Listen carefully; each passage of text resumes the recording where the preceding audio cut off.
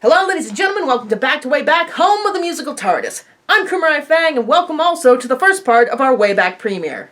Taking an example from my buddy Finn, I decided to start this series with a different kind of video. A list of songs that I feel I should hate, but don't. I'm bringing sexy back. Don't get the wrong idea. The qualifications for this list were very simple. Those being, the songs had to have touched the Hot 100 sometime in the last 10 years, and that I feel like I should hate them. They don't even need to be songs I like, they can just be songs I don't mind. The ranking for this list is different than others. Every song is ranked based on how much I don't understand why I don't hate them. And to make things a little easier on myself, there are no honorable mentions for this list. This is gonna be pretty revealing as it is. Well, let's not waste any more time. These are a list of songs with a long-ass title that I don't feel like typing. Number 10.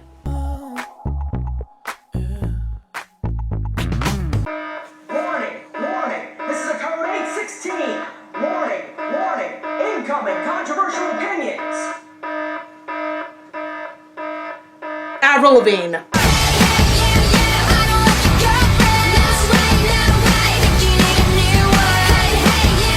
I've gone on record saying that I love this song, and I don't regret that. The production and Avril's scream singing is annoying to many of my peers, but I've always found it infectious and fun. Not to say I don't understand why people feel this way. The song is in your face from beginning to end, and it's already pushing its luck before the thing happens.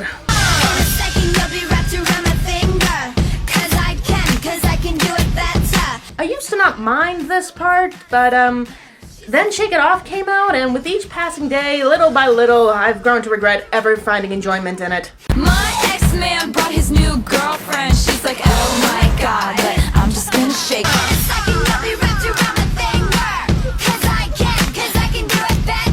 However, it's the only part of the song I'd say I don't like. I still enjoy the rest of the song in its entirety. It's not just the production and the scream singing that gets to people, it's also the tone and the lyrical content, which, again, I don't blame people for feeling that way. I don't like your girlfriend. No way. Think you need a new one. Hey, you, I could be your girlfriend. Yes, this is Avril trying to steal some girl's boyfriend. A girl she doesn't like, and a girl who should be dumb so that way the guy can date Avril. What's not to hate? But I still like it. I never took this song seriously, and revisiting it, I don't think it took itself seriously either. Honestly, stop and think about it. Stop and look at what this song gives you. From the music, Hey, you, I could be your girlfriend.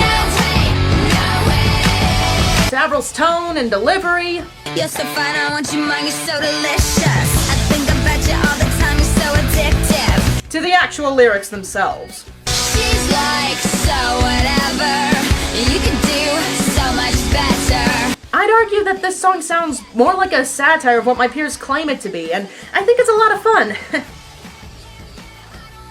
Well, that, and the fact the best damn thing exists. So not, did it get any better? You won't, you won't get rid of me never. Let me be clear with you guys, the entire album was a nightmare. The title track by far being the worst song on the entire thing, and it is Everything Girlfriend Is, played straight.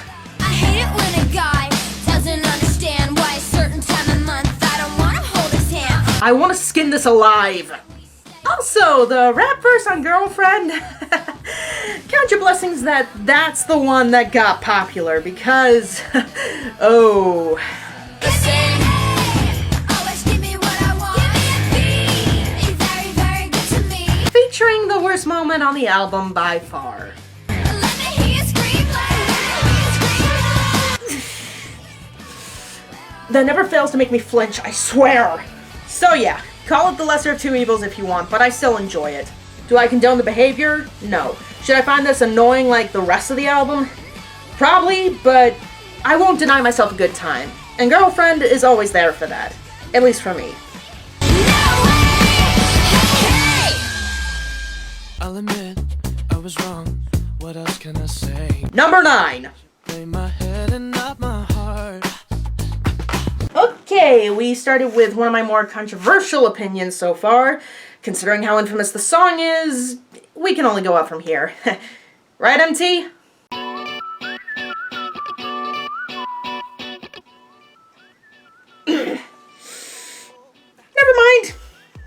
diving right into the embarrassing shit. Take me by the tongue and I'll know you. Kiss me till you're drunk and I'll show you all the moves like Jagger. I recall saying in one of my previous videos that I still sort of like Maroon 5. One of the reasons was just underexposure to their other hits.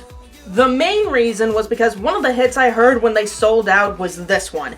And to be honest, I didn't hate it. In fact, my sisters and I all love this song. Yes, the band was too old to be making songs like this, but does that honestly make it unenjoyable? I mean, it's a catchy dance song. It does its job. Adam Levine's singing all right, the strumming guitars, the drums, and synths all work. They're not fantastic, but they're not bad. Only detriment for me is, her. You wanna know how to make me smile? When Christina comes on, I feel like the song loses some of its momentum. Adam Levine may not be great, but he's not over-singing like she is. It's very distracting. I say I should hate this because, 1, Maroon 5 can do better, and 2, they sold out. And most acts who do that usually piss me off to a degree I can't describe. But this was fine enough. It didn't give me a reason to worry about where their music was going. No, that right went to payphone. My little sister played that so fucking much. How long has this been going? Number 8. You've been creeping around on me while you're calling me baby. Time to return to the scene of the crime. Let's Marvin Gaye and get it on. You got the healing that I want. I still can't bring myself to hate this. When I said I liked this song, people told me not to be ashamed of what I like, and I'm gonna have to disagree with them here. I swallowed my pride when I revealed I liked this song. I don't offer any defense for how bad it is, and it deserves every ounce of hatred that it has. This song is my textbook definition of a guilty pleasure. It's so damn embarrassing. Seeing Puth transition away from this and into his newer stuff was a godsend. I can't imagine how awkward this must be to perform this live now compared to when he debuted with it. It's gotta be so awkward for the guy. Actually, I think it's even more embarrassing to like this song now, knowing that Puth is not only capable, but is actually making great music nowadays. We went from a guy who sounded like he needed to retake sex ed to a guy who has more charisma and maturity than anyone thought he was capable of. And this is before we get to her. And when you leave me all alone. This should have killed the song for me. Even if I thought the chorus wasn't lame, embarrassing, and the furthest thing from sexy, Megan's verse undoubtedly is, and I hate it with a burning passion. It's particularly bad because we went from 50s doo-wop to trash trap music, which is a jarring part of an already bad song. I'm not really sure how the song survived past Megan's verse, even if I think the music's not that bad. And for my sanity, I should probably stop asking. Let's Marvin Gaye and get it on.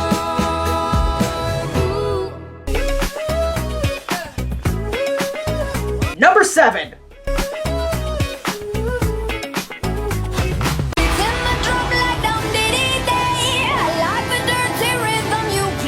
I have 3 sisters. Said sisters always claim the stereo in the car whenever we're in it. As a result, I have to shut up and deal with whatever it is they want to listen to.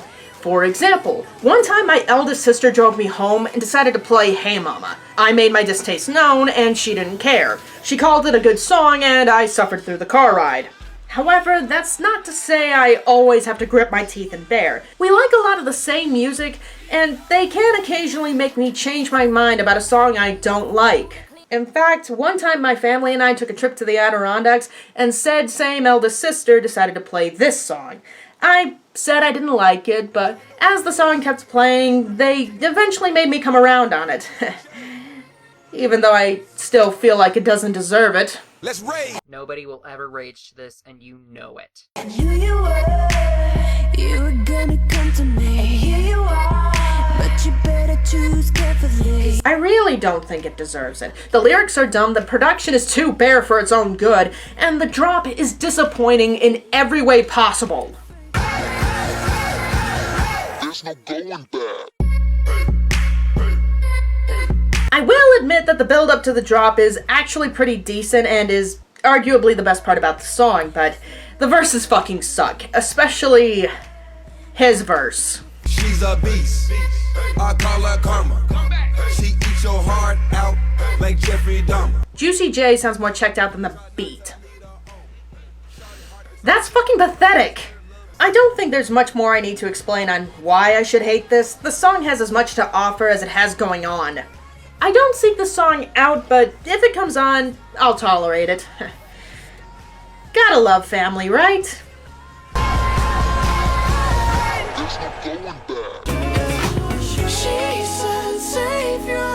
Number 6. Baby, I just gotta know. Even the man in the moon is Oh.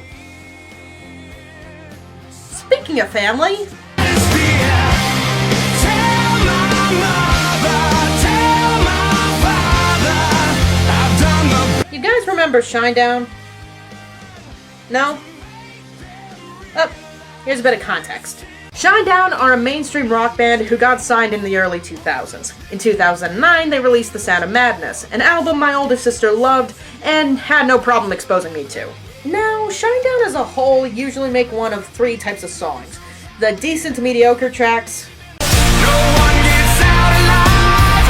Every day is do or die. the fantastic smashes that never get old, Just like a crow chasing a butterfly. and then you get the songs where the band is trying to be the cool dads of music, and they fail. Miserably. All you'll ever be is a fading memory of a bully. I will have words for this, I swear. Now, Second Chance is, at least in my eyes, somewhere between mediocre and failing miserably. There's nothing particularly bad about the instrumentation. I'm a little upset that it doesn't reach any form of climax, and the lyrics... My eyes are open wide. By the way, I made it through the day. Guys, you can do so much better than this. I mostly feel I should hate this song from a lyrical standpoint. I wouldn't call the message a good one by any means stretch. The idea of the song is to take control of your life, even if it means cutting ties with the people you care about, and to an extent there may be some validity there, but to another extent, I feel like this is a bit extreme.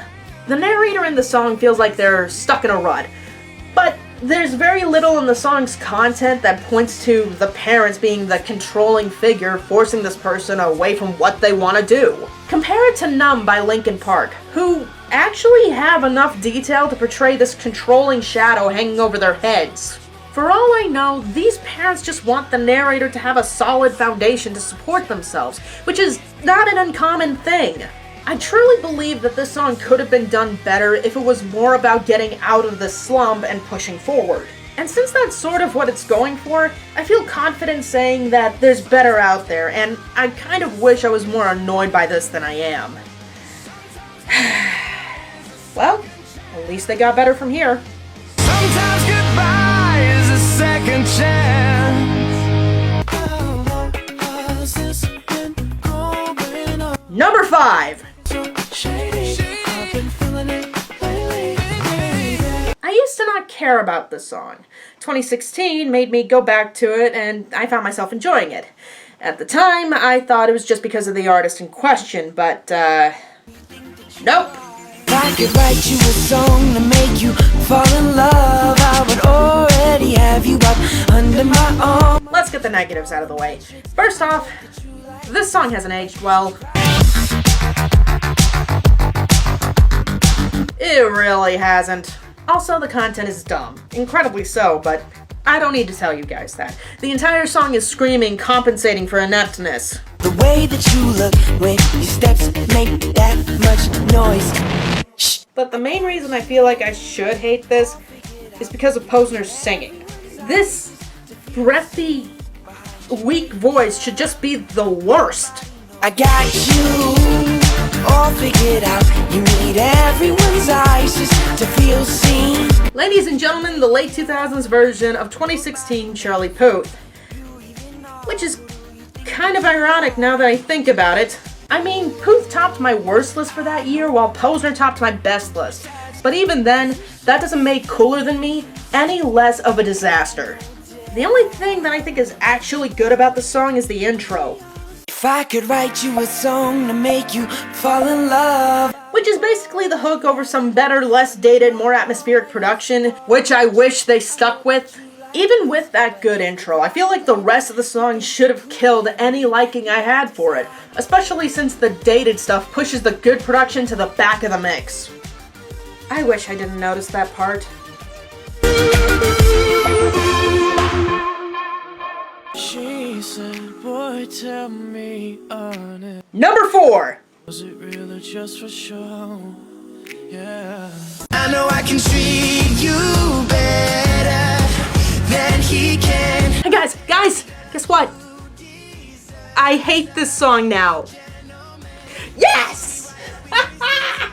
Oh god, you have no idea how good it feels to say that. Time did not do Treat You Better any justice. How I ended up liking it first time through is beyond me.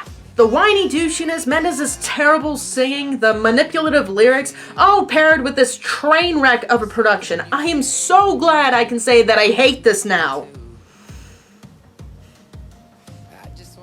Wait. Why did I get to say all of that?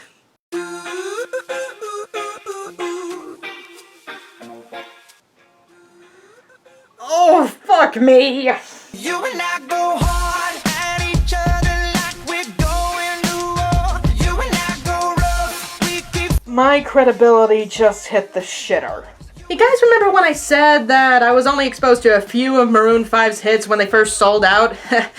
Yeah, this was one of them. I shared a room with my little sister, and we both love this song. Which, considering the whiny douchiness that is the content, I definitely feel like I should hate. So I cross my heart and I hope to die. I don't need people telling me what this song is. I know exactly what this is. It's the Kind Reggae version of this. I'm so addicted to all the things you do when you're rolling around with me in between the sheets. Which, for the record, is a song I hate. Both songs have the same premise. The narrator wants to leave the girl he's with, but he can't because she sexes too good. The only difference is that Addicted's music is muddy and boring, while Maroon 5's is stiff and annoying. And I'll only stay with you one more night. But I still like this song in its entirety. I'd like to blame my little sister for this, but I don't think that's entirely the case. There's no excuse for liking this trash heap. I don't know, whatever. How long has this been going? Number 3! You've been creeping around on me. So, some of my friends, including people I've collaborated with, have gone on record saying that they hate this song. In fact, my buddy Mr. 96 said he used to like this until he decided to become a good person. Dan, you're a better person than I am. She wants to touch me, woo. She wants to love me, woo. She'll never leave me, woo. For those of you who don't know a thing about this duo, how do I describe them? You know what Cards Against Humanity is? You know how bad that game can get? James is a lonely boy, but when he discovers a secret door in his attic, he meets a magical new friend, Blink. Yeah, they're like that. Shush, girl. Shut your lips. Do the Helen Keller and talk with your hips. I said, shush, girl. Shut your lips. Do the I don't know what rock you two have lived under that made you think that that was a good line, but Helen Keller could talk, you know. I mean, yes, it took her time to learn how, but still, she was much more than a blind and deaf girl who learned how to use sign language and write. Also, shush girl and talk with your hips. Shush, girl. Shut your lips. Do the Helen Keller and talk with your hair. What, you mean like this? Swing your hips, girl, all you gotta say is my name is no. I will never be rid of her. That's not the only example of these guys being vulgar, but it is the worst one, thankfully. The entirety of this song is these guys being douchebags to everyone. From the guys whose girlfriends they're trying to hook up with, to the actual girls themselves, all while acting like they're sex gods. She wants to touch me, woo. She wants to love me, woo. She'll never leave me, woo. I can't really determine the exact reason why I like this song. I'm caught up between the chorus, which, come on, it's catchy as hell, and, well, my sister plays too much MSI. Let's go make out with her friends. Make out with her friends. This is mindless self-indulgence. One of my older sisters loves them. I wouldn't call 303 anywhere near as clever as them, but, well, mindless self-indulgence did name themselves properly. I also wouldn't say 303 are anywhere near as good as MSI, but I do think about the group when I hear them.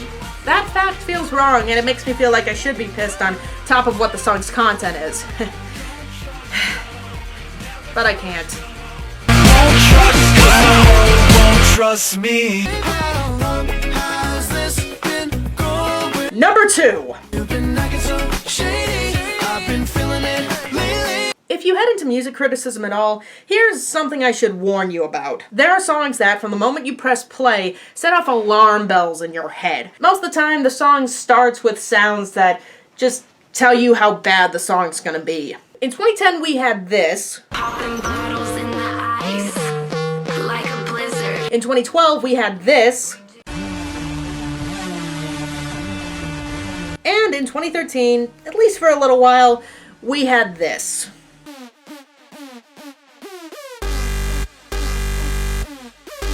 Yep, here we go.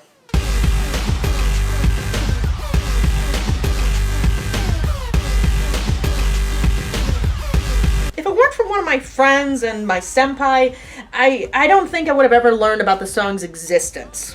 The song peaked to number 66 on the Hot 100 and didn't make the year end, so it barely qualifies for this list. And because of said friend, Austin Mahone is now a name that everyone in the community knows about, and whenever they think of him, this is one of the first songs that comes to mind. For obvious reasons. It made it this high on the list for 2 reasons. First off, the drop. What about love?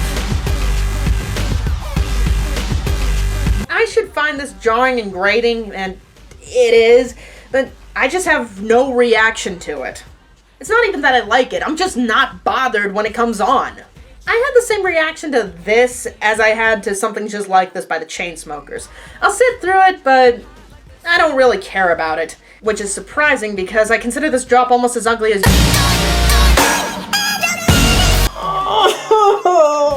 Kill it with fire! Outside of that part, I still feel like I should be furious with this song. Because not only does the drop suck, but the song is practically butchering my childhood. You see, this song is what would happen if you met dubstep with the Backstreet Boys. And for those who don't believe me, check out the title track to the EP this came off of, and compare it to Everybody by the Backstreet Boys.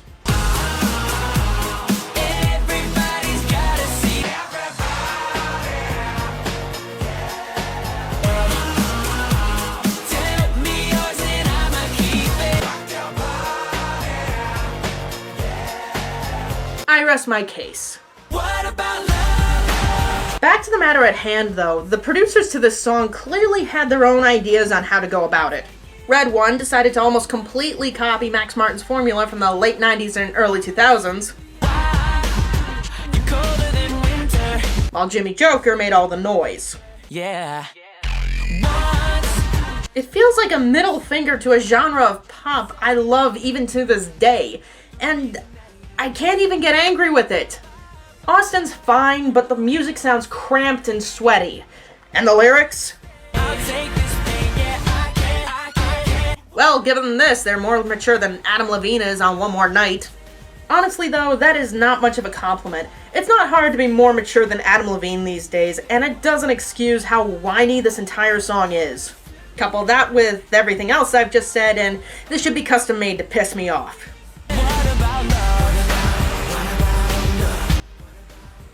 Still nothing. What about love?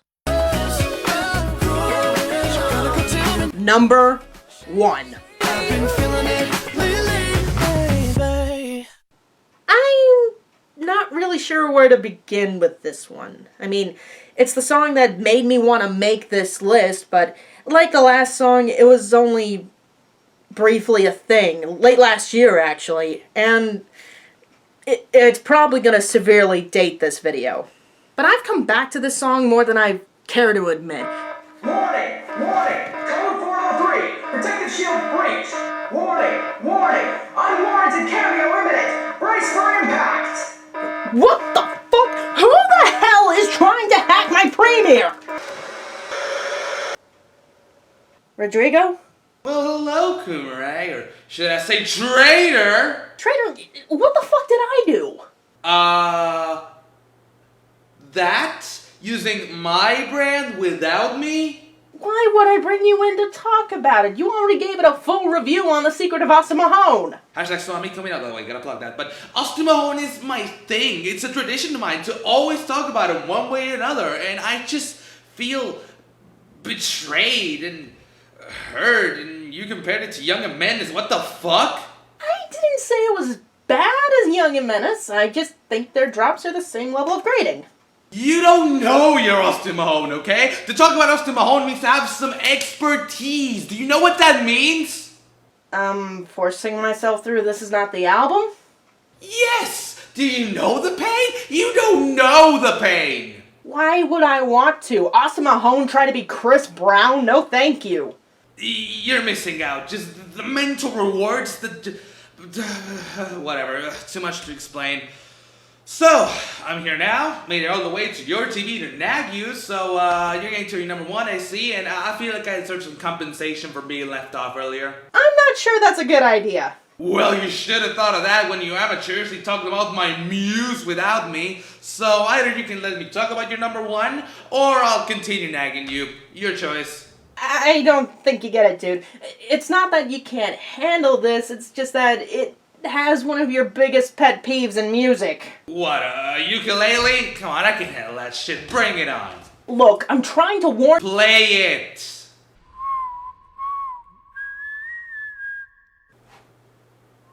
Oh. Oh, you. You. We meet once again. Whistling.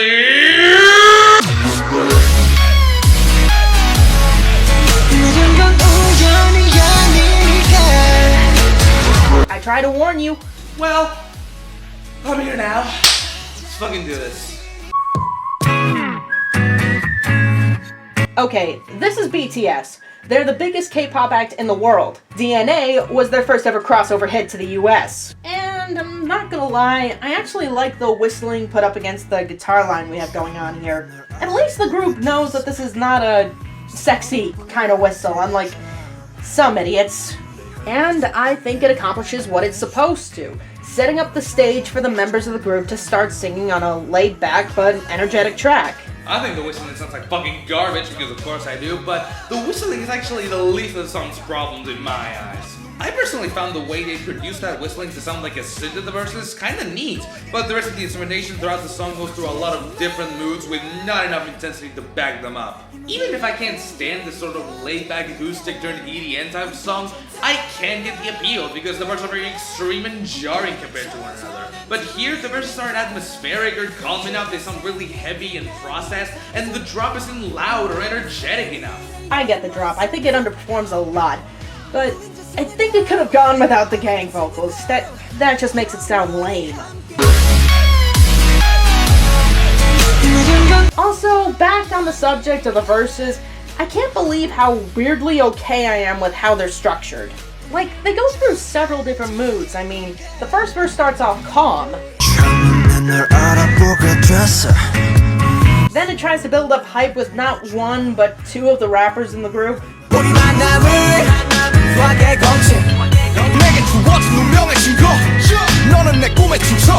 It doesn't really have a set mood or tone, which is very off-putting to me, but at the same time it isn't.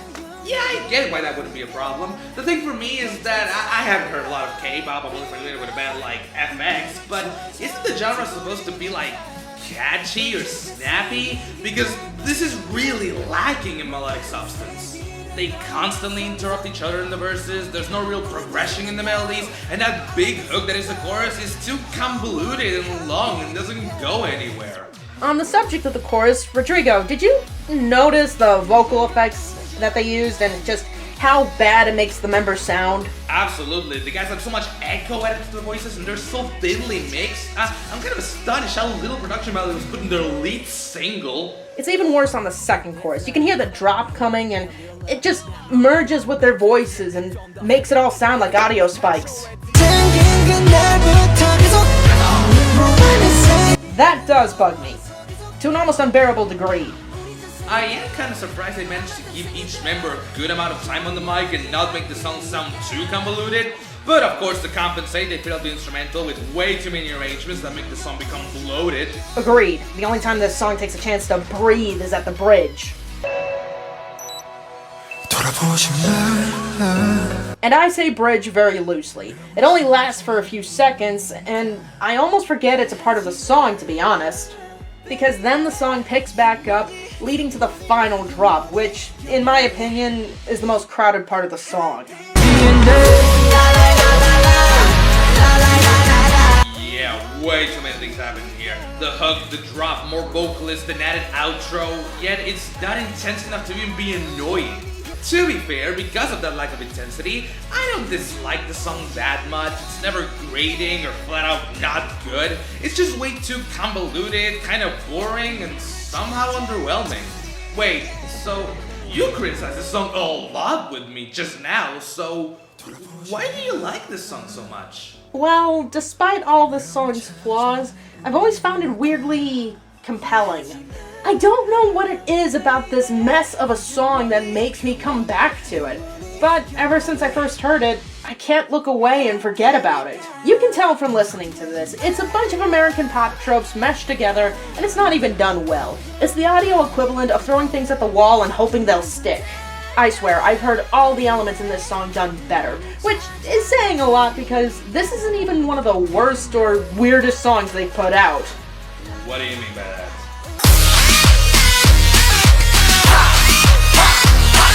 Oh, okay.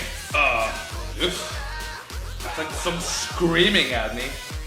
Now I know what that feels like. Hey, you asked! Well, looks like we all learned something. I'm satisfied. You're not forgiven, by the way, because you introduced me to garbage, but you're getting there. Oh, whatever. It's not like we ever collaborate. Absolutely, I'm fucking done with you for the time being. So, Plug, I'm Kumerai Galush, and we are never collabing again. Ever! Well, that's everything from me, too. Like, I've said everything I've had to about this group. So, I'm Kumerai Fang, you're watching Back to Way Back, but for now, back to the present.